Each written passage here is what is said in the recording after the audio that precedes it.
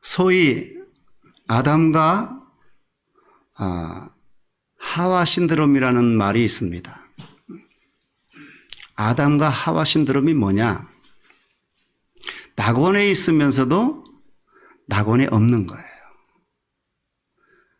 좀 구체적으로 말하면 하나님 안에 있는 것 같으면서도 하나님을 멀리 떠나 있는 사람. 이게 아담과 하와 신드롬입니다. 근데 예수님의 비유 가운데에도 비슷한 이야기가 있습니다. 마태복음 7장에 보면은 많은 사람들이 천국 문 앞에 와서 예수님을 향해서 그렇게 이야기를 합니다. 주여 주여, 우리가 주의 이름으로 선지자 노릇도 하고 주의 이름으로 귀신을 쫓아내기도 하고 주의 이름으로 많은 능력을 행하지 않았습니까? 그 전에 주님이 뭐라고 말씀하시냐면 주여 주여 하는 자마다 다 천국에 들어가는 것이 아니라 내 아버지의 뜻대로 행하는 자라야 들어가리라. 그 말씀을 하셨거든요. 그러니까 사람들이 아니 주여 주여, 우리가 주님의 이름으로 그 많은 일들을 행했는데 당연히 들어가야 되는 것 아닙니까? 그렇게 질문했을 때 우리 예수님께서 뭐라고 말씀하시냐면 나는 너희를 도무지 알지 못하니 불법을 행한 자들아 내게서 떠나가라. 주님이 그러셨다는 거예요. 그러니까 거기에 문 앞에서 지금 주님에게 말씀드리고 있는 그 사람들은 무슨 생각을 가지고 있냐면 나는 당연히 이 천국문을 지나서 천국에 들어갈 있을 존재다. 그런 사람으로 생각했다는 거예요. 그런데 예수님으로부터 나는 너를 도무지 모르니까 내게서 떠나라. 불법을 행했다 그 말입니다. 여러분 얼마나 이게 충격적인 겁니까? 그 사람들이 착각하고 있었다는 거예요. 오늘 현대인들의 그리스도인들이 가장 심각한 문제가 바로 이 문제입니다. 아담과 하와 신드롬. 나름대로 열심히 교회를 다녔어요. 나름대로 열심히 봉사도 하고 나름대로 열심히 헌금도 했습니다. 그렇기 때문에 생각하기를 나는 당연히 하나님 나라에 들어갈 것이다. 그렇게 생각을 하면서 생활을 한다는 거예요. 모르겠어요. 나는 어느 분이 천국에 들어갈 사람이고 어느 분이 천국에 못 들어갈 사람인지 정확히 몰라요. 나는. 그렇지만은 마지막 때에 우리 주님으로부터 나 너 전혀 몰라. 불법을 행한 자 내게서 떠나가. 지옥에나 가. 이런 말씀을 듣는다면 그때 가서 어떻게 하겠냐 그 말이에요. 응? 이 아담과 하와 신드롬, 나는 당연히 구원받은 존재인 줄 아는데 우리 주님으로부터 나중에 그런 책망을 듣고 저주를 받고 지옥에 떨어진다면 어떻게 하겠냐 그 말이에요. 이게 심각한 문제입니다, 여러분. 이스라엘 초대 왕은 사울왕입니다. 근데 성경이 사울왕의 외모에 대해서 뭐라고 말씀하시느냐? 사무엘상 10장 23절에 보면 이런 말씀을 하십니다. 그들이 달려가서 거기서 그를 데려오매 그가 백성 중에 선이 다른 사람보다 어깨 위만큼 컸더라. 사무엘이 지금 왕으로 삼으려고 사울을 데려오라고 했을 때 사울을 데려오니 다른 사람들보다 어깨 위만큼 한 2, 3cm, 30cm 더 컸다는 거예요. 다른 사람들보다. 그러니까 기골이 얼마나 장대한지 알겠죠? 마치 우리 같은 사람들보다 어깨 위나 더 큰 사람 보면 야 거인이다 이렇게 생각할 거 아니에요. 사울이 그런 사람이었다는 겁니다. 외모가 기골이 장대한 사람이었어요. 그렇기 때문에 누가 보아도 야 저 사람 임금감이야 임금감. 아무도 사울이 임금되는 것에 대해서 이의를 제기하는 사람이 없었고 많은 백성들의 지지를 받으면서 그는 왕이 된 것입니다. 외모는 그렇다. 우리가 이렇게 알 수 있는데 그런데 그 속사람은 어떠나 이게 문제예요. 이제 사울의 외모는 그렇게 아주 건장하고 기골이 장대한 그런 임금처럼 보이는 그런 사람이었음에도 불구하고 사울의 속사람은 그렇지 못했다는 거예요. 자, 그가 왕이 되자마자 그의 속사람이 스물스물 겉으로 드러나고 있습니다. 어떻게 드러났느냐? 사울은요, 그야말로 열등감과 시기의 사람이었다는 거예요. 이제 이 블레셋이 이 골리앗이라고 하는 거인 장수를 끌고 쳐들어왔을 때에 사람들이 다 무서워서 벌벌 떨고 숨었지만은 다윗이 나가서 그 골리앗을 물리치잖아요. 그러니까 사람들이 어떻게 말합니까? 야, 이 사울은 천천히지만 다윗은 만만이라 그러면서 막 다윗을 칭송하고 찬양하니까 그 소리를 들은 사울의 마음속에 시기심이 싹 올라와가지고 저놈 봐라, 나보다 사람들에게 인정받고 칭찬받고 나보다 더 높아지겠는데, 이러면서 시기심과 질투심이 막 작동을 하게 된 거예요. 열등감 때문입니다. 그게 밖으로 표출되어 나오는 거예요. 사울은 그렇게 외모는 참 왕감이었지만은 속사람은 그렇게 열등감에 사로잡히고 시기와 질투심에 사로잡힌 그런 사람이었다는 거예요. 또 뿐만 아니라 이 사울은 인본주의자였습니다. 하나님께서 아말렉 군사를 치라고 그랬어요. 그래서 아말렉 군사들과 더불어서 전쟁을 하기 전에 반드시 이스라엘 백성은 전쟁 전에 해야 되는 게 있어요. 그게 뭐예요? 하나님 앞에 제사를 드리는 거예요. 근데 이 제사는 이 사무엘, 그때 당시에 사무엘이 선지자요, 제사장이요, 왕의 역할을 감당했기 때문에 제사장인 사무엘이 이 제사를 집례를 해야 됐습니다. 근데 무슨 일 때문인지 이 사무엘 선지자가 안 오는 거야. 빨리 지금 전쟁을 치러야 되는데 바로 지금 아말렉이 쳐들어와 가지고 언제 지금 접전이 될지 모르는 그 위기 상황 가운데서 이 사무엘이 빨리 와서 제사를 드려줘야 우리가 나가서 싸울 텐데 안 오는 거예요. 이 사울이 다급한 나머지 어떻게 했습니까? 자기가 직접 제사를 집례를 해버려요. 여러분, 그 얘기는 뭐냐면 사울의 마음속에는 누가 드리면 어때? 그까짓 거. 제사를 드리는 게 중요한 거지. 누가 드리면 어때? 여러분, 이거 인본주의입니다. 사람의 편리에 의해서 하나님의 법을 무시하고 자기 마음대로 하려고 하는 그 마음이 사울왕 속에 있었다는 거예요. 사울왕은 이런 인본주의 사상을 가지고 있는 사람이었어요. 속사람은 그것이었어요. 겉은 어떤지 몰라도 속은 그랬다, 그 말이에요. 또 뿐만 아니라 이 사울은요, 아주 다혈질의 사람입니다. 그래서 이 사울왕의 악신이 들려가지고 막 괴로워할 때에 이 다윗이 와가지고 비파를 타고 검은 거를 악기를 연주하면요, 이 악신이 떠나요. 그래서 평안해져요. 그러면 또 헤벨레 하고 좋아합니다. 에?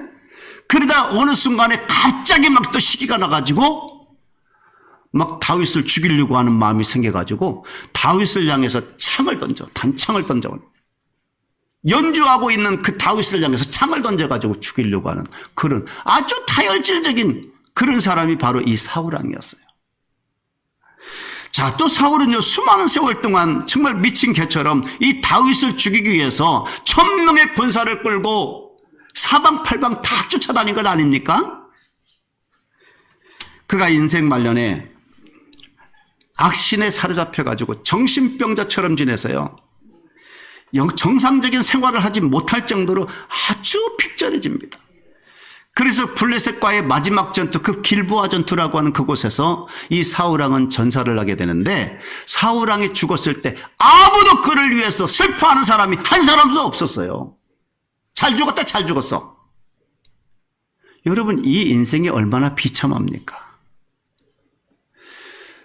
겉사람은 그렇게 화려하고 장대했는지 모르지만 그 속사람은 그야말로 사람답지 못한 사람. 그게 사울왕이었어요. 자, 이렇게 사울왕이 전투에서 죽자 그 다음에 왕이 된 사람이 누구요? 다윗왕입니다. 다윗이 2대 왕으로 딱 이제 이렇게 올라서게 되는데, 이 다윗은 사울과 정반대의 사람이었습니다. 아까도 말씀드렸지만 사울은 외모는 아주 그럴 듯했지만은 속 사람이 형편없던 그런 사람이었는데 거꾸로 이 다윗은요 외모가 별로 볼품이 없었어요. 이새의 아들 8명의 아들이 있었는데 그중에 8번째 아들이 바로 이 다윗이에요. 그 맨날 천덕꾸러기처럼 허드렛 일이나 하고 그렇게 심부름이나 하고 그런 일들을 했던 사람이 바로 이 다윗입니다. 성경은 이 다윗을요 아주 계집아이처럼 그렇게 아주 준수한 소년, 그냥 그런 소년으로 그렇게 기록을 합니다. 그래서 늘 아버지의 양을 치는 그런 목동 생활을 했어요. 그 사람들이요 누구도 이 다윗의 겉모습을 보고 그를 왕감으로 인정한 사람이 아무도 없어. 심지어는 그 아버지조차도 그런 생각을 해본 적이 없는 거예요. 아이 다윗이 설마 무슨 왕감이야. 여러분 심지어는요 지금 왕에게 기름을 부어온 이 사무엘 선지자도 그 8명의 아들 중에 맨 꼴찌 다윗이 기름 부을 대상인 줄 생각도 꿈에도 못했어요. 사실은 이 사무엘이 딱 그 집에 가가지고요 네 아들들을 다 불러와라 그렇게 해서 한 사람씩 면접을 하잖아요. 근데 맨 첫째 아들 엘리압이 딱 왔을 때 사무엘은요 마음속으로 직감을 했어요. 이 사람이구나. 이야 하나님이 이런 사람 예비해 두셨구나. 왜냐하면 그도 역시 사울처럼 기골이 장대하고 아주 잘생기고 멋진 아주 용감하고 씩씩한 그런 아들이었거든요. 첫째 아들 장남이. 그러니까 이 아들에게 하나님이 기름을 부으라고 하셨나 보다. 그러면서 기름을 부으려고 했을 때 하나님이 만류하십니다. 아니다 아니다 아니다. 너는 외모를 보는구나 지금 외모를. 그러면서 하신 말씀이 뭐냐면 사무엘상 16장 7절입니다. 한번 다 같이 한번 읽어볼까요? 16장 7절 사무엘상 16장 7절 여기 나오죠 이제 오늘은? 예. 다 같이 시작. 여호와께서 사무엘에게 이르시되 그의 용무와 키를 보지 말라. 내가 이미 그를 버렸노라. 내가 보는 것은 사람과 같지 아니하니 사람은 외모를 보거니와 나 여호와는 중심을 보느니라 하시더라. 아멘. 여러분 오늘 이 설교의 핵심이고 결론이 이겁니다. 하나님이 다윗을 어떻게 인정했느냐? 하나님이 다윗을 인정한 이유가 뭐냐? 외모 때문이 아니라는 거예요. 하나님은 외모를 안 봐요. 뭘 보신다고요? 중심을 보신다고요. 중심 때문에 다윗을 인정했다 그 말이에요. 이 중심이 사울과 다윗이 완전히 달랐어요. 자 그러면은 다윗의 중심이 어떻고 사울의 중심이 어떻다는 거냐? 이게 이제 우리가 살펴봐야 될 내용입니다. 하나님은 중심을 보시는 분이시기 때문에 도대체 사울은 왜 버림을 받았고 왜 다윗이 하나님의 선택을 받았나? 이걸 우리가 살펴봐야 될 겁니다. 자, 사무엘상 16장 13절도 우리 한번 읽어볼까요? 사무엘상 16장 13절 시작. 사무엘이 기름 뿔병을 가져다가 그의 형제 중에서 그에게 부었더니 이날 이후로 다윗이 여호와의 영에게 크게 감동되니라. 예. 사무엘이 라마로 가니라. 예. 자, 다윗은요 어떻다고요? 여호와의 영이 충만했다. 다윗의 중심은 뭐냐? 여호와의 영으로 충만한 중심이었다 그 말입니다. 그런데 비해서 사울은 그 중심이 어땠느냐? 한번 읽어보겠습니다. 사무엘상 16장 14절 시작. 여호와의 영이 사울에게서 떠나고 여호와께서 부리시는 악령이 그를 번뇌하게 한지라. 뭘로 가득했어요? 악령이 가득했어. 다윗은 여호와의 영 성령으로 충만했다고 한다면 사울의 중심은 악령으로 충만한 거예요. 이게 완전히 다윗과 사울의 차이점이에요. 겉은 사람이 보는 그 겉은 사울이 훨씬 임금감이고 정말 훌륭하게 보였어요. 다윗은 볼품이 없어. 그런데 거꾸로 중심을 보니까 야 중심에는 다윗이 여호와의 영으로 충만했고 사울은 악신으로 가득한 사람이었다는 거예요. 하나님은 중심을 보시기 때문에 다윗을 선택할 수밖에 없고 사울을 버릴 수밖에 없었던 것입니다. 여러분, 이 외모라고 하는 것은 사람이 얼마든지 속일 수가 있어요. 이스라엘 백성이 지금 사울 왕의 외모를 보고 속은 거 아니에요? 그 외모 때문에 지금 이스라엘 임금으로 삼은 거 아니에요? 속은 거죠. 여러분, 보통 악어의 눈물, 여러분 많이 들으시죠? 정치인들이 많이 눈물을 흘리고 쇼를 하는 경우들이 많은데 그 악어의 눈물 그런 말을 많이 했습니다. 여러분, 이 악어의 눈물이 어떻게 해서 나온 말인지 아십니까? 이 악어는요, 먹이를 삼키기 전에 먼저 입을 촉촉히 적셔야 되는데 그 촉촉히 적시기 위해서 눈물을 흘린다는 거예요. 야, 이 말을 내가 듣고서 야, 진짜 무섭구나 이게. 먹이를 삼키기 전에 눈물을 흘리는데 먹이를 보면서 우리가 침을 흘리듯이, 근데 이 겉으로 볼 때는 이 악어가 야, 이제 잡아먹을 저 짐승이 불쌍해서 눈물을 흘리는구나, 그렇게 보인다는 거예요. 겉으로 볼 때는. 그러니까 다 속는 거야. 악어의 눈물, 사람들이 거짓으로 쇼를 하면서 우는 게 악어의 눈물 아니에요? 여러분, 사람들은 그래서 속아요. 눈에 보이는 것을 보고 속습니다. 여러분, 저는 이 히틀러라고 하는 사람이요, 참 좋은 재주를 가지지, 좋은 재주인지 나쁜 재주인지 모르겠지만은 자기가 울고 싶을 때는 언제든지 펑펑 울어댈 수 있는 그런 재주가 있었대요. 히틀러는. 우리 연예인들도 그런 사람 있잖아요. 연예인들도요, 울어야 될 때가 있잖아요, 연기할 때. 근데 그게 쉽게 됩니까, 우리는? 눈물이 나옵니까? 잘 안 나와. 근데 연예인들은요, 울어야 될 때 딱 몇 초 만에 그냥 눈물이 줄줄줄줄줄 흐르는 그런 연기를 하는 사람이 있다는 거예요. 연기자들입니다, 연기자들. 진짜가 아니고 그렇게 연기를 하는 거예요. 사람을 속이기 위해서. 연기는요, 속이는 겁니다. 사람을. 내가 진짜 그 상황은 아니지만은 그런 상황으로 보이게끔 내가 연기를 해야 되기 때문에 어쩔 수 없어요. 눈물도 안 흘리면서 우는 척 해보세요. 저거 쇼구만. 그렇게 하지만은 진짜 막 눈물을 줄줄줄줄, 안약도 안 넣고, 연기하려고 안약을 영화에서 넣지만은 안약도 넣지 않고 진짜 눈물을 막 줄줄 흘리는 사람이 있다고 하면 얼마나 능력이 있는 거야. 근데 이 히틀러가 그런 사람이었다는 거예요. 어떤 중요한 문제, 자기의 어떤 의도를 가지고 그걸 관철시켜야 되겠다고 생각하는 어떤 일이 있으면 국민들 모아놓고 연설을 하는데 눈물을 펑펑 쏟으면서 한다는 거야. 이게 자유자재로 된다는 겁니다. 그러니 국민들이 얼마나 많이 속아. 하루는 오토 슈트라세스라고 하는 나치 당원이 나치 당원이 굉장히 중요한 역할을 하고 있었던 사람인데, 이 사람이 나치 당원을 이제 탈당을 하려고 합니다. 이것을 알고서 히틀러가 내가 저놈 탈당하면 내가 반드시 죽여버릴 거야. 그렇게 지금 회의를 했어요. 중요 사람들하고. 근데 일단 탈당을 안 하도록 내가 한번 설득해 볼게. 그러면서 그날 밤에 밤새도록 그하고 설득을 하는데 3번이나 펑펑 울었다는 거예요. 예? 너 나가기만 하면 내가 너 뭐가지 칠 건. 그런 색을 가지고 있는 사람이 그렇게 울 수가 있습니까? 예? 하려면 하고 말려면 말어. 딱 그러지?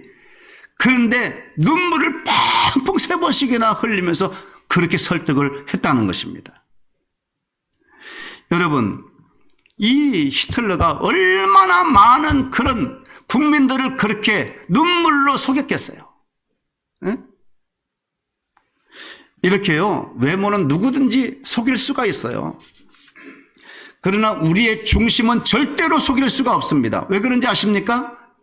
외모라고 하는 것은 얼마든지 눈에 보이는 것이기 때문에 이걸 바꾸어서 속일 수가 있지만, 이 중심이라고 하는 것은 그 사람의 삶으로 나타나기 때문에 삶이 어떠냐 보면은 중심을 다 알 수가 있는 거예요. 삶은 속일 수 없잖아요. 에? 내가 잠깐 속이는 한이 있어도 내가 원하는 게 이거다 그러면은 이렇게 앞에서는 말을 하지만 삶은 실제는 이렇게 살잖아요. 이 삶이 나타나기 때문에 결코 속일 수가 없다는 거예요. 사울왕의 속사람 그 인격이 그대로 삶 가운데 나타나잖아요. 처음엔 안 그런 척 하다가 나중에 다 드러나듯이. 그렇기 때문에 이 속사람은 결코 속일 수가 없어요. 중심은 속일 수가 없어요. 그런데 오늘날 사람들이 외모를 너무너무 중시합니다. 그렇기 때문에 외모를 아주 화려하게 포장을 합니다. 그래서 사람들이 그 외모에 속는 거예요. 우리나라 사람들이요, 세계적으로 아주 유명한 것 중에 하나가 뭐냐면 포장문화입니다. 포장문화. 포장 하나는 둘째가라면 서러울 정도로 포장을 아주 화려하게 잘한다는 거예요. 이제 우리가 딱 한 달만 지나면 이제 추석이 다가옵니다만은 추석이 되면 또 선물 주고받잖아요.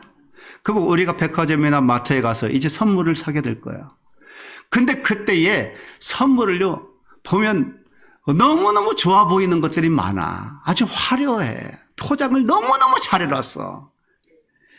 그래가지고, 야, 이거 선물하면 좋겠다. 그래가지고 가져와서 뜯어보면요. 포도 2송이, 오렌지 몇 알. 이러면서 포장은요, 아주 얼마나 삐까뻔쩍하게 해놨는지 몰라. 여기 지금 낙심이죠. 속는 거죠, 다 포장의 사람들이. 그런데 오늘날 사람들이요, 이 포장을 너무너무 잘하니까 외국 사람들이 모든 걸 다 그런 식으로 보는 거예요. 사람들이, 우리 한국 사람들이 식사를 하는 걸, 밥 먹는 걸 이렇게 옆에서 지켜봤대. 그때 우리나라 사람들은 쌈을 좋아하잖아요. 쌈, 상추쌈, 깻잎에 싸먹는 거, 뭐 배추잎에 싸먹고. 그것을 이렇게 보니까 자기는 그런 적이 없거든. 쌈으로 해가지고 밥을 먹는 적이 없어. 외국 사람, 서양 사람들은. 그러니까 한국 사람들이 쌈을 이렇게 싸가지고 먹는 걸 보고 뭐라 그러냐면 지들끼리, 야, 한국 사람은 밥도 포장해서 먹어. 일리 있는 얘기 아닙니까? 밥을 포장해서 먹는데 예쁘게. 그게 맛있어서 그렇게 먹는 줄 모르고 포장해서 먹는 줄로 알아요. 포장을 너무 잘하니까. 여러분, 그런데 물건만 포장하느냐? 그렇지 않아요. 사람 얼굴도 완벽하게 포장을 합니다. 화장도 어느 정도껏 돼야지. 너무 지나친 거요. 전 그래요. 여러분, 그렇다고 저는 화장 반대론자 아니에요. 오히려 저는 화장 예찬론자예요. 화장 좀 하세요. 어떤 사람 보면요, 예배하러 나올 때도 화장 안 하고 나오는 사람도 있어. 생얼로. 응? 여러분, 생얼로 나오면요, 그거 실례예요, 그거. 첫째는 누구에게 실례야? 하나님께 실례예요, 그거. 좀 다듬고 나오세요. 머리도 빗고, 그냥 산발해가지고 일어나지 말고. 눈썹 막 껴가지고, 이러면서, 그리 나오지 말고, 지금 예배 드린 사람들 가운데 아마 그런 사람도 있을 거야. 그냥 피곤한데 그냥 예배 시간 됐으니까 일어나가지고 그냥 옷도 러닝바람에, 팬티바람에, 그러고 아마 있을 수도 있어. 안 그렇죠? 우리 덕성가족 여러분? 여기 있는 분은 그럴 수가 없으니까. 그런데 집에서 드린 사람은 혹시 그런 사람이 있을 수도 있는데 오해는 마십시오. 첫째는 하나님께 신뢰가 되고, 둘째는 누구에게 신뢰가 되느냐? 나를 바라보고는, 내 얼굴을 바라보는 모든 사람들에게 신뢰야. 화장 안 하고 나오면. 그 다음에 또 하나는 자기 자신에게도 신뢰가 되는 거예요. 그렇죠? 네. 화장 좀 하세요. 화장 좀. 돈 없어요? 네. 돈 없으면 집에 가서 빈대떡이나 부쳐 먹지. 있는데, 돈이 없어도 괜찮습니다. 여러분, 기본적으로 조금 좀 가꿔야 돼요. 여러분, 너무 늦지 않았어요.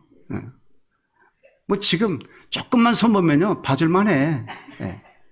너무 늦었다고 생각하지 마시고, 그냥 할 수 있는 대로 하시기 바랍니다. 여러분, 보세요. 이 화장이라고 하는 건 기쁨이에요, 사실은. 기쁨. 내가 예뻐지는 기쁨이에요.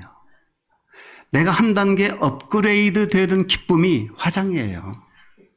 그러니까 화장 좀 하세요, 좀. 네?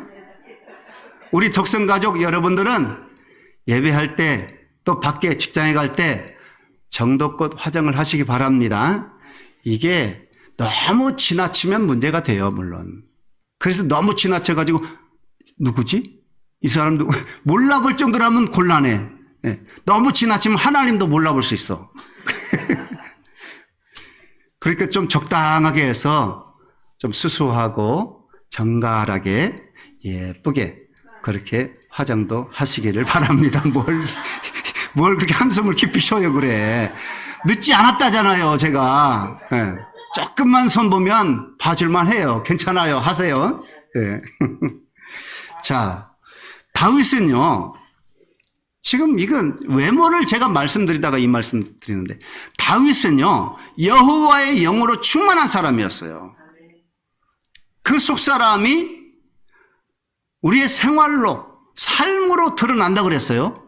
아까 사울왕은 외모가 출중했지만은 그 속사람이 너무너무 보잘것없기 때문에 삶으로 그런 삶은 나타났어요.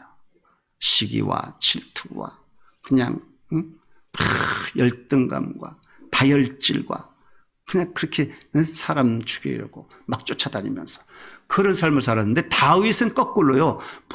외모는 볼품은 없었지만은 그 속사람이 하나님의 영으로 충만했을 때 삶으로 나타난 것이 무엇이었느냐, 이걸 우리가 한번 살펴보는데, 자, 아까도 말씀드린 것처럼 블레셋의 그 전설적인 장수 골리앗이 이스라엘을 쳐들어왔을 때 그 병사들이 다 뒤로 숨어요. 무서워가지고 벌벌 떨면서 숨습니다. 여러분, 사울이 기골이 장대했다 그랬는데 그 장대한 사울조차도, 왕조차도 평상시에는 어떻게 했을까요? 예? 이스라엘의 왕이었기 때문에 평상시에 어떻게 행동했을까? 막 그냥 폼 있는 대로 다 잡고 사람들 앞에 큰 소리 치면서 그렇게 살았을 거야, 아마. 근데 골리앗 장군이 딱 앞에 서니까 무서워가지고 벌벌벌벌 떨면서 다 숨어버려, 사울왕까지.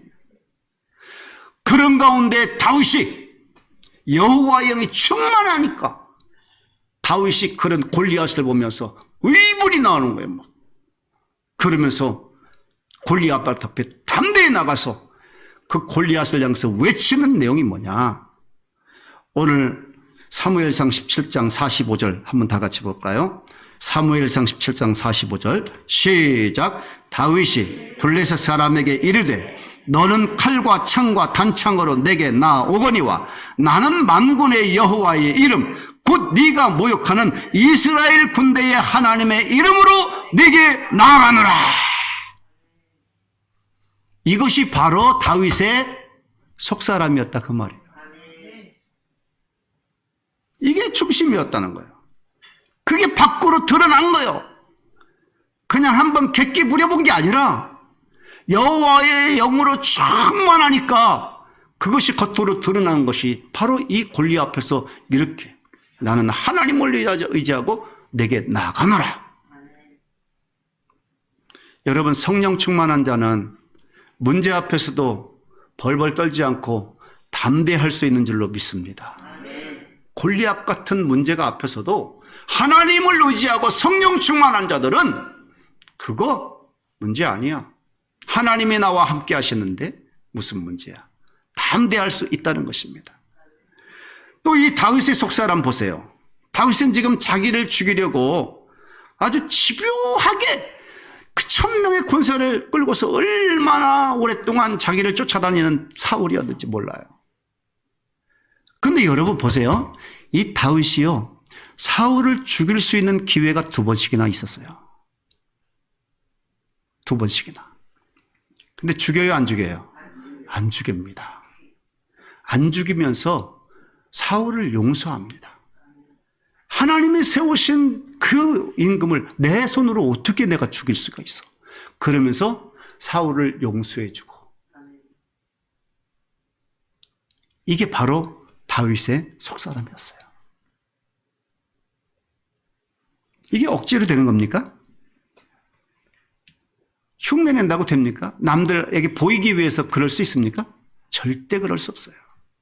근데 다윗의 속이 그러니까 여호와의 영으로 가득하니까 그렇게 행할 수밖에 없는 거예요. 드러나는 겁니다, 이게. 또 보세요. 다윗은요, 예배 중심자였어요. 따라서 합시다. 예배 중심자.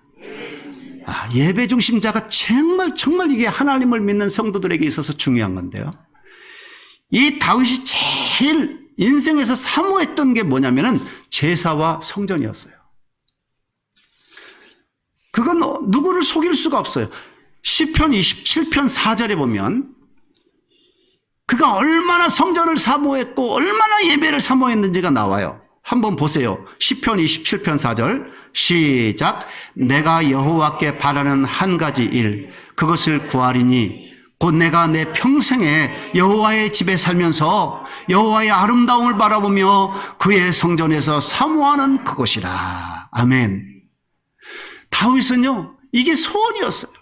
이게 다윗의 중심이었어요. 자기 생전에 성전을 건축하고 싶어서 안달난 사람. 하나님이 만류하셨기 때문에 성전 건축은 못했지만은 정말 소원이었어요. 하나님 성전을 내 손으로 지켜달라고. 자기는 백향목 궁전에서 거주하지만은 하나님의 성전은 성막에 있어, 성막에. 여러분, 저는 이 말씀 들을 때마다 우리 교회가 생각나지 않습니까? 응? 우리들은 다 잘 지은 벽돌집에서 살면서 하나님의 성전은 가감 물리고 다 허물어져 가고 이게 지금 몇십 년 됐는지 지금 다 손 봐도 이건 뭐 표시도 안 날 그런 정말 이런 성전을 이렇게 내버려 두면서 내가 하나님 앞에 감사하고 예배하고 뭐 이게 말이 됩니까?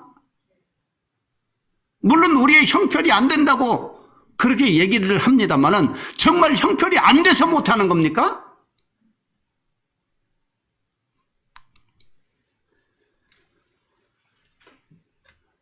다윗의 마음을 한번 보세요. 역대상 17장 1절 말씀. 시작. 다윗이 그의 궁전에 거주할 때에 다윗이 선지자 나단에게 이르되 나는 백향목궁에 거주하거늘 여호와의 언약궤는 휘장 아래에 있도다. 이게 다윗의 중심이었어요. 마음이 너무너무 걸리는 거예요. 하나님 괴롭습니다. 성전 이보다 내가 구하는 궁전에 비할 수 없는 정말 화려하고 아름다운 성전, 거룩한 성전을 건축하게 해달라고 하나님 앞에 그렇게 구한 사람이 다윗이었어요. 우리가 지금 코로나 시대를 살아가고 있습니다. 우리들이 과연 예배를 얼마나 사랑하며 하나님의 성전을 과연 얼마나 눈물을 쏟으며 사모하고 있는가. 그게 우리의 중심이어야 돼요. 여러분 얼마나 정말 예배를 사모하고 있나요? 여러분 물론 가정 예배지만 이 예배를 통해서 하나님 앞에 영광을 돌리고 기쁨을 올려드리고 내게 베푸신 은혜와 사랑을 그 복을 내가 사모함으로 말미암아 이 예배 시간이 얼마나 귀단해지고 내가 정성을 다해서 준비하여 예배를 드립니까?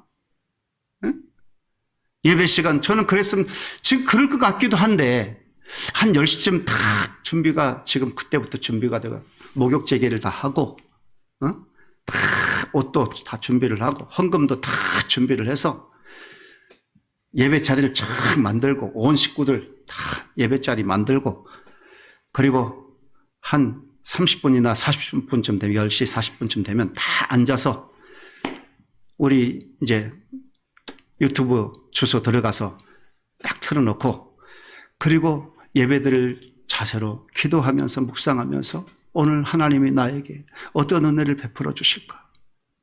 어떤 말씀을 주실까? 그런 마음으로 예배를 드리고 있다고 생각을 해요. 그랬으면 좋겠어요, 정말. 그냥 대충 그냥 시간 됐다, 야, 빨리빨리 주해라, 야. 그러지 말고. 조사한 통계가 있습니다. 오늘 많은 그리스도인들이 예배를 어떻게 생각하고 어떻게 드리느냐. 마음 중심으로 드리는 것이 아니라 그냥 종교의식을 치르는 정도로 생각을 하고 그렇게 해서 대충 예배를 드리면 나도 종교의식을 다 있다는 그런 자부심을 가지고 자위를 가지고 죄책감 없이 그리고 돌아간다는 거예요. 그 예배 가운데 그런 예배를 드리는 사람들 가운데는 이런 사람도 있답니다. 예배 시간에 딴 생각하고 앉아있는 사람이 31%래요. 31%. 다른 생각을 해. 예배 시간에 지금 약속 시간이 됐고 또 끝나고 어떻게 되고 그런 생각을 한다는 거예요. 또 졸고 앉아있는 사람이 13.8%예요. 11조가 넘어 10분의 1이. 우리 교회는 그렇진 않아. 근데 혹시 몰라 눈 뜨고 자는 사람도 있다 그러니까 눈 뜨고 자는 사람이 있는지 모르지만 많진 않아 우리 교회는. 근데 13.8%가 졸고 앉아있대. 큰 교회는 모르잖아요. 멀리 있는 사람 누가 조는지 안 조는지 어떻게 알아.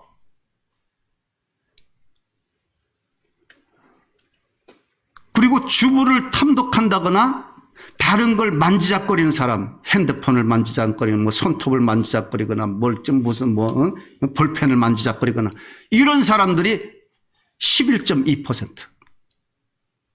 이걸 모두 합쳐보니까 60.1%, 60%가 넘어. 그런 사람들이.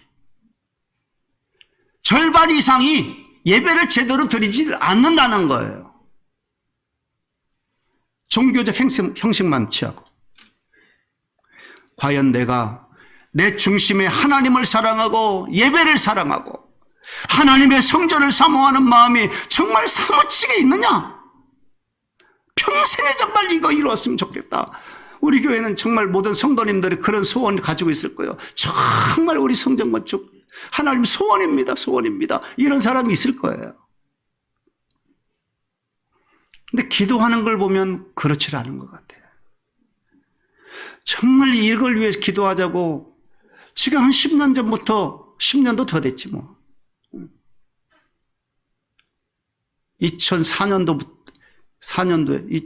2004년도에 이사 와가지고 2008년도부터 그런 뭐 개발 얘기 나오고 막 했으니까 18년, 지금 21년이니까 3, 4년 정도를 계속 그런 가운데도 있는데 기도를 그렇게 뜨겁게 했느냐? 그런 적이 별로 없는 것 같아. 새벽을 깨워서 정말 이 성전 건축을 위해서 눈물 뿌려 기도하는 그런 모습이 있었나? 하나님 보실 때에 기도의 양이 찼나? 제가 볼 때도 그건 내가 장담을 못하겠어요. 여러분이 개인적으로 뜨겁게 기도하는 분이 있을 수 있지만 대체적으로는 그렇지 못한 것 같아요. 여러분 오늘 본문을 봐도 다윗의 중심을 볼 수 있어요. 하나님 앞에서 기뻐 뛰면서 춤을 추면서 그렇게 정말 그런 모습을 다윗이 보이고 있어요. 자, 하나님의 언약궤를 예루살렘 성 다윗성으로 모셔오는 일입니다. 우리가 이 본문 바로 앞부분을 몇 주 전에 오벳에돔이 어떻게 해서 복을 받았는지 그 살펴본 적이 있지만 오늘 드디어 이제 그때는 이 언약궤를 이렇게 옮기다가 우스라가라고 하는 이 젊은이가 그냥 손을 대는 바람에 직사를 하고 그래서 다윗성으로 모셔드리기를 기뻐하지 아니하고 결국 오벳에돔이 자기 집으로 모셔가지고 3개월 동안 그렇게 모셨는데 큰 복을 받았다 그랬잖아요. 그 소식을 듣고 지금 다윗이 두 번째로 이 법궤를 예루살렘 성, 이 다윗성으로 옮겨오는 시도를 하는 거예요. 사실 다윗이 헤브론에 있을 때에 많은 병자들 뭐 이런 사람들 핍박받은 사람들 그 사람 모여들어가지고 이 사울왕이 죽고 난 다음에 이 헤브론이 수도였었는데 이 수도를 예루살렘으로 옮기고 나서 그리고 나서 첫 번째로 왕이 돼가지고 다윗이 행한 것이 뭐냐? 바로 이거였어요. 여호와의 법궤를 예루살렘 성전으로 모셔오는 거예요. 그전까지는 이 사울왕이요. 저 이스라엘 변방에 아비나답이라고 하는 집에다가 방치를 해놓다시피 했는데 그게 너무 안타까워. 자기는 지금 이제 시온성에 다 이렇게 들어서서 정말 백향목으로 지은 그런 왕궁에 거주하고 있는데 하나님의 법궤는요. 성막도 아닌 아비나답 집, 저 개인의 집이에요. 그것도 저 시골 변방에 있는 거기에 지금 그냥 처박아 놓고 있었던 거예요. 이걸 너무너무 안타깝게 생각한 나머지 다윗이 그 법궤를 지금 시온성으로 모셔들여 오는 그런 일들을 시도했는데 첫 번째는 실패를 했고 두 번째를 딱 했는데 아무렇지도 않아. 한 걸음 뛰고 두 걸음 뛰고 세 걸음 뛰고 했는데 아무 죽지도 않고 그 잘 시온성으로 들어왔어요. 이걸 보고서 이 다윗이 너무너무 기쁜 거예요. 이제 하나님이 허락하셨구나. 그러면서 막 기뻐 뛰면서 춤을 췄던 겁니다. 그런데 너무너무 기쁘니까 하체가 다 드러나도록 옷이 벗어지는 줄도 모르고 춤을 췄다는 거예요. 너무너무 이게 다윗의 마음이었거든요. 다윗의 중심이었어요. 이 내 모습은 어떻게 될지도 돼도 괜찮아. 하나님의 법궤가 이 시온성 가운데 들어오시다니 너무너무 기쁜 거예요. 여러분, 법궤는요 뭘 상징한다 그랬어요? 하나님의 임재를 상징해요. 하나님의 현존과 임재를 상징해요. 왜냐하면 이 법궤 안에 들어있는 내용물이 뭐예요? 네? 아론의 쌍난 지팡이, 만나를 담은 항아리, 그 다음에 모세가 시내산에서 받은 10계명의 언약궤, 돌판. 그게 지금 이 언약궤 속에 들어있거든요. 이것은 뭐냐? 하나님의 현존과 임재를 상징하는 거예요. 그렇기 때문에 이 법궤가 들어온다는 것은 하나님이 우리 가운데 들어온다는 거예요. 이게 얼마나 기쁘고 감사한 일이에요. 그래가지고 막 기뻐서 뛰면서 춤을 췄다는 것입니다. 그런데 이걸 다윗의 아내 미갈이 본 거예요.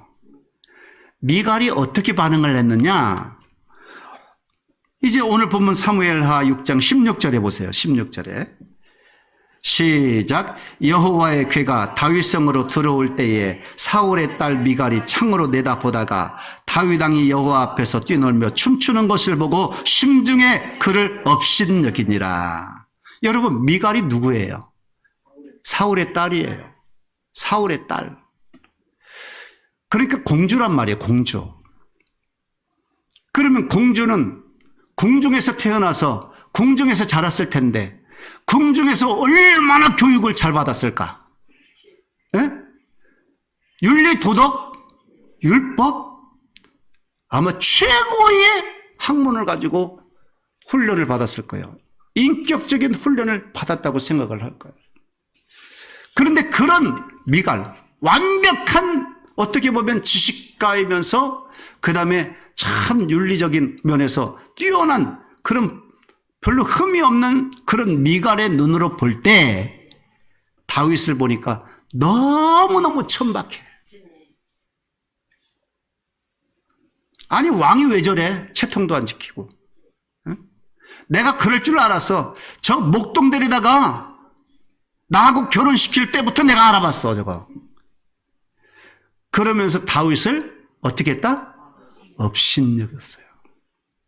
지금 왕이잖아요.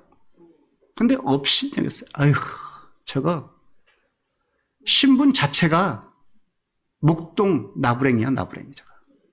신분 자체가. 그러니까 저렇게 천박하게 행동하지. 이게 윤리적이고 지식이 있다고 하는 미갈의 눈에 보인 것입니다. 미갈은 외모뿐이었어요. 그의 속사람은 아무것도 없는 빈털털이 깡통 같은 사람. 그게 미갈이었어요. 그러나 반대로 이 다윗은요, 목동 생활을 해서 그런지는 몰라도 왕궁 예절이 어떻고 저쩌고 이걸 잘 모르는 것 같아요. 그러나 그냥 내 마음속에 여호와의 영이 충만하니까 하나님이 나와 함께 하신다는 것에 대해서 너무 기뻐서 춤으로 표현한 것뿐입니다. 다윗은 속사람이 충만했어요. 하나님의 영으로. 오늘날 갑돌이와 갑손이 같은 성도들이 많습니다. 무슨 말이냐? 여러분, 갑돌이와 갑손이가 살았어요. 한 마을에 살았어. 근데 둘이는 서로 사랑을 했더래. 그런데 마음뿐이래, 마음뿐. 겉으로는 어떻게? 안 그런 척 했대, 안 그런 척. 고가진 년?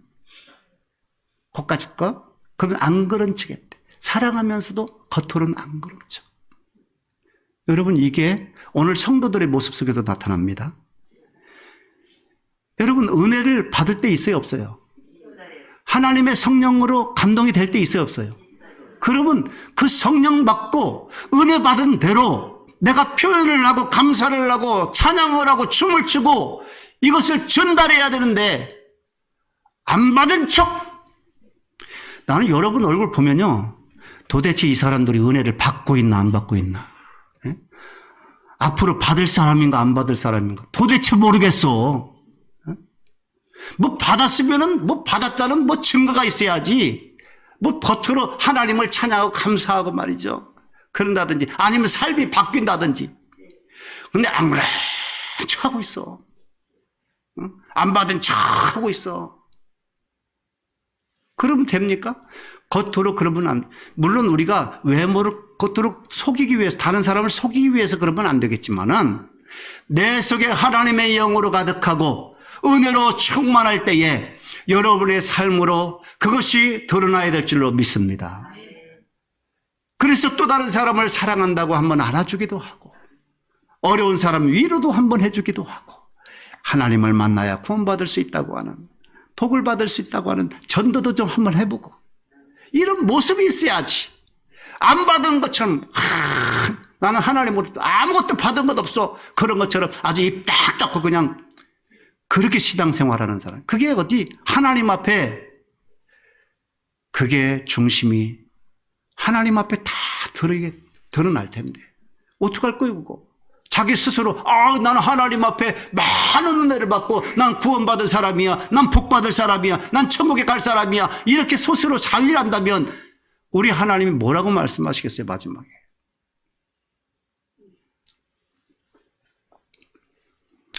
사람의 중심에는 인격이라는 게 있어요. 이게 굉장히 중요한 거예요. 아마 모든 선물 중에 최고의 선물이 바로 이 사람 안에 있는, 그 사람 중심에 있는 인격이라고 나는 생각을 해요. 왜 그러냐? 인격은요, 내 인생을 담는 배와 같습니다. 물론 우리가 뭐 물질도 복이고 또 건강도 복이고 뭐 이런 세상의 명예와 권세도 복이에요. 다 하나님이 주신 복이에요. 그런데 그 복이 어디에 담기느냐? 어디에 담겨요? 인격에 담긴다는 거야. 그 사람의 인격에 담겨. 여러분, 배에다가 짐을 잔뜩 실은 화물, 아무리 많아도 배가 파손하면요, 그거 다 제로가 됩니다. 배가 정상적으로 딱 물 위에 떠 있고 운행을 해야 그 작은 것 하나라도 나에게 복이 되는 것처럼, 여러분, 내게 허락하신 많은 것들이 내 인격이 파손당하면 그거 복 아닙니다, 여러분. 내 중심의 주의 영으로 말미암아 세워진 신앙 인격이 파손되어지지 않아야 내게 복이 되는 거예요. 하나님 앞에서 아무리 많은 것 받았어도 신앙 인격이 파손돼 버리면, 망가지면 그 사람은 제로예요. 사울과 똑같습니다. 그 많은 것을 가졌다 할지라도 신앙 인격이 그 속에 악신으로 가득하고 하나님을 떠나버리면 그 사람은 그 모든 복이 제로가 돼버려. 이걸 기억하셔야 됩니다. 그렇습니다. 우리의 외모보다는 우리 중심에 신앙 인격이 세워져야 될 줄로 믿습니다. 이건 내 힘으로 되지 않아요. 다윗처럼 여호와의 영이 내 속에 충만할 때 내 신앙이 흔들리지 아니하고 무너지지 않을 줄로 믿습니다. 여호와의 영이 충만할 때. 이 코로나 시대에 지금 모든 게 흔들리고 있어요. 심지어는 우리의 믿음도 흔들려요. 우리의 신앙이 흔들리지 말아야 됩니다. 그래야 내가 뭘 담아도 다 내 인생에 복이 될 줄로 믿습니다.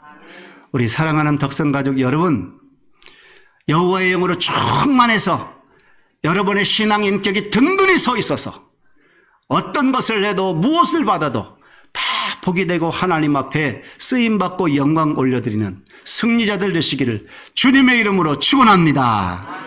기도하겠습니다.